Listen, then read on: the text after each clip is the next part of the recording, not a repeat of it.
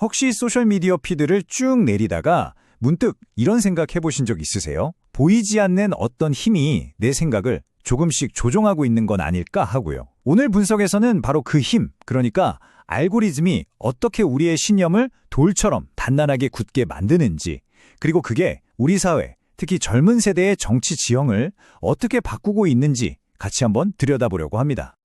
요즘 인터넷 세상을 보면 좀 피곤하지 않으세요? 끊임없이 이어지는 분노, 극단적인 의견들, 그리고 아무리 얘기해도 끝나지 않는 소모적인 논쟁의 파도에 휩쓸리는 기분, 아마 다들 느껴보셨을 겁니다. 근데 이게 여러분 혼자만 느끼는 게 아니에요. 그리고 이 모든 혼란 뒤에는 우리가 이제야 조금씩 이해하기 시작한 어떤 보이지 않는 설계가 숨어 있습니다. 오늘 이야기의 핵심에는 석회화라는 아주 강력한 개념이 자리 잡고 있습니다. 우리 몸의 조직이 딱딱하게 굳어버리는 것처럼 원래는 유연했던 우리의 사고방식이 알고리즘에 의해서 계속 강화되고 또 강화되어서 나중에는 깨지기 쉬울 정도로 단단한 이념으로 변해가는 과정이죠. 이건 우리가 의식적으로 난 이렇게 생각해야지 하고 선택하는 게 아니에요. 우리가 매일 쓰는 바로 그 시스템이 우리에게 가하는 일종의 기술적인 과정인 셈입니다. 자, 그럼 먼저 이 모든 걸 움직이는 엔진, 바로 참여기계의 내부를 한번 들여다볼게요. 여기서 진짜 충격적인 사실은 뭐냐면 이 기계한테는 여러분의 깊이 있는 생각보다 순간적인 분노나 감정이 훨씬 더 가치 있다는 겁니다. 아니, 어떻게 그럴 수가 있을까요? 모든 소셜미디어 플랫폼의 심장에는요, 아주 단순하고 또 무서울 정도로 효율적인 목표가 딱 하나 있습니다. 바로 어떻게든 여러분의 시선을 1초라도 더 붙잡고 단 한 번이라도 더 좋아요나 댓글을 누르게 만드는 거죠. 그러니까 여러분이 보는 모든 영상, 모든 게시물은 사실 이 하나의 목표를 달성하기 위한 정교한 도구에 불과한 겁니다.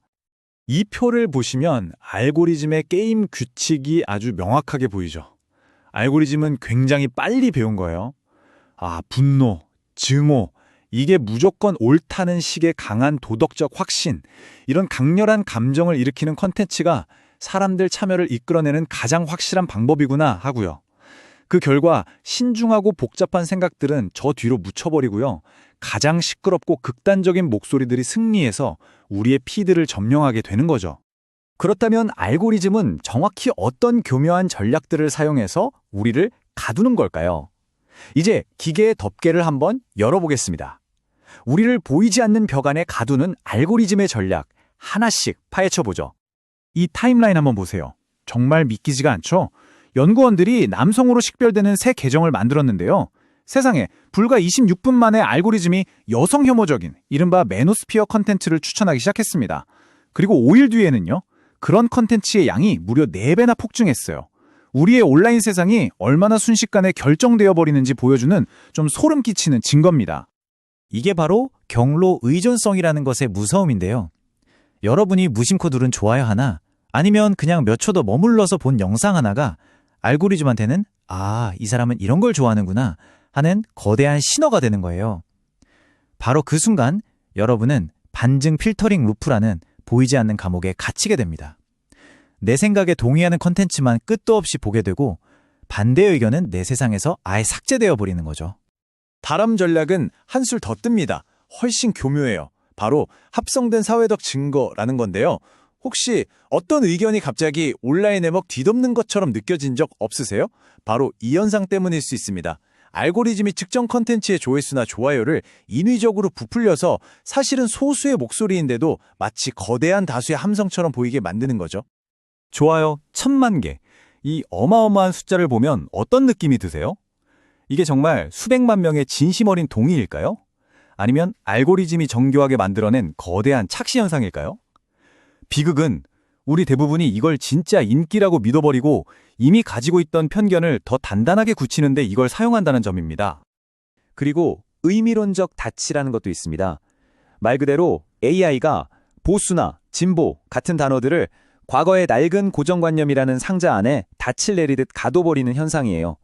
이런 단어들의 의미는 사회와 함께 계속 진화해야 하는데 알고리즘은 과거 데이터만 되풀이하면서 진보는 착하고 보수는 나쁘다 같은 아주 단순한 흑백 논리를 우리에게 주입합니다. 결과적으로 우리의 생각은 유연성을 잃고 과거에 발이 묶여버리게 되는 거죠. 자, 그럼 이런 작은 기술적인 메커니즘들이 모여서 우리 사회 전체에는 어떤 거대한 균열을 만들어낼까요? 세 번째 장, 거대한 성별 분열에서는 우리가 어떻게 자신도 모르는 사이에 완전히 다른 현실로 나뉘어지고 있는지 그 충격적인 현장을 목격하시게 될 겁니다. 이 슬라이드를 보면 젊은 남성과 여성이 어떻게 완전히 분리된 도덕적 프레임을 갖게 되는지 명확히 보입니다. 남성에게는 역차별 주장이나 안티페미니스트 인플루언서 관련 콘텐츠가 주로 뜨고요. 여성에게는 구조적 차별이나 미투 운동 같은 콘텐츠가 주로 노출되는 시기죠. 그 결과 한쪽은 보수적, 다른 한쪽은 진보적 정체성이 강화되면서 말 그대로 두 개의 세상이 만들어지는 겁니다. 그들은 완전히 다른 도덕적 언어를 사용하며 이는 대화를 불가능하게 만든다. 이 한 문장이 지금 상황을 전부 말해주고 있죠. 우리가 똑같은 사회 문제를 두고도 전혀 다른 단어로, 전혀 다른 감정으로 이야기하게 되는 거예요. 이러니 서로를 이해하려는 의미 있는 대화의 문은 굳게 닫혀버릴 수밖에요.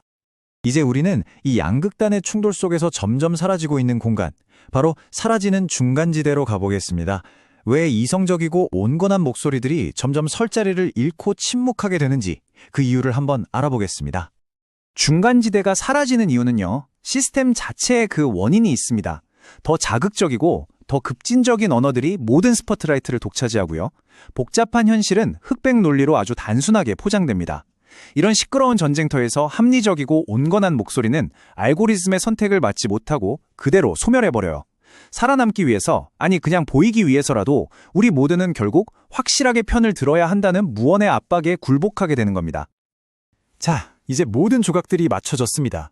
우리는 마침내 최종 목적지인 석회화 상태에 도달했어요. 이 거대한 참여 기계가 젊은 세대의 비판적 사고 능력에 어쩌면 돌이킬 수 없는 대가를 요구하는지 그 최종 청구서를 한번 확인해 보겠습니다. 반대 증거를 마주하는 비용이 무한대로 높아진다. 이 한 문장이 이 모든 현상의 비극적인 결말을 빡 요약해 줍니다.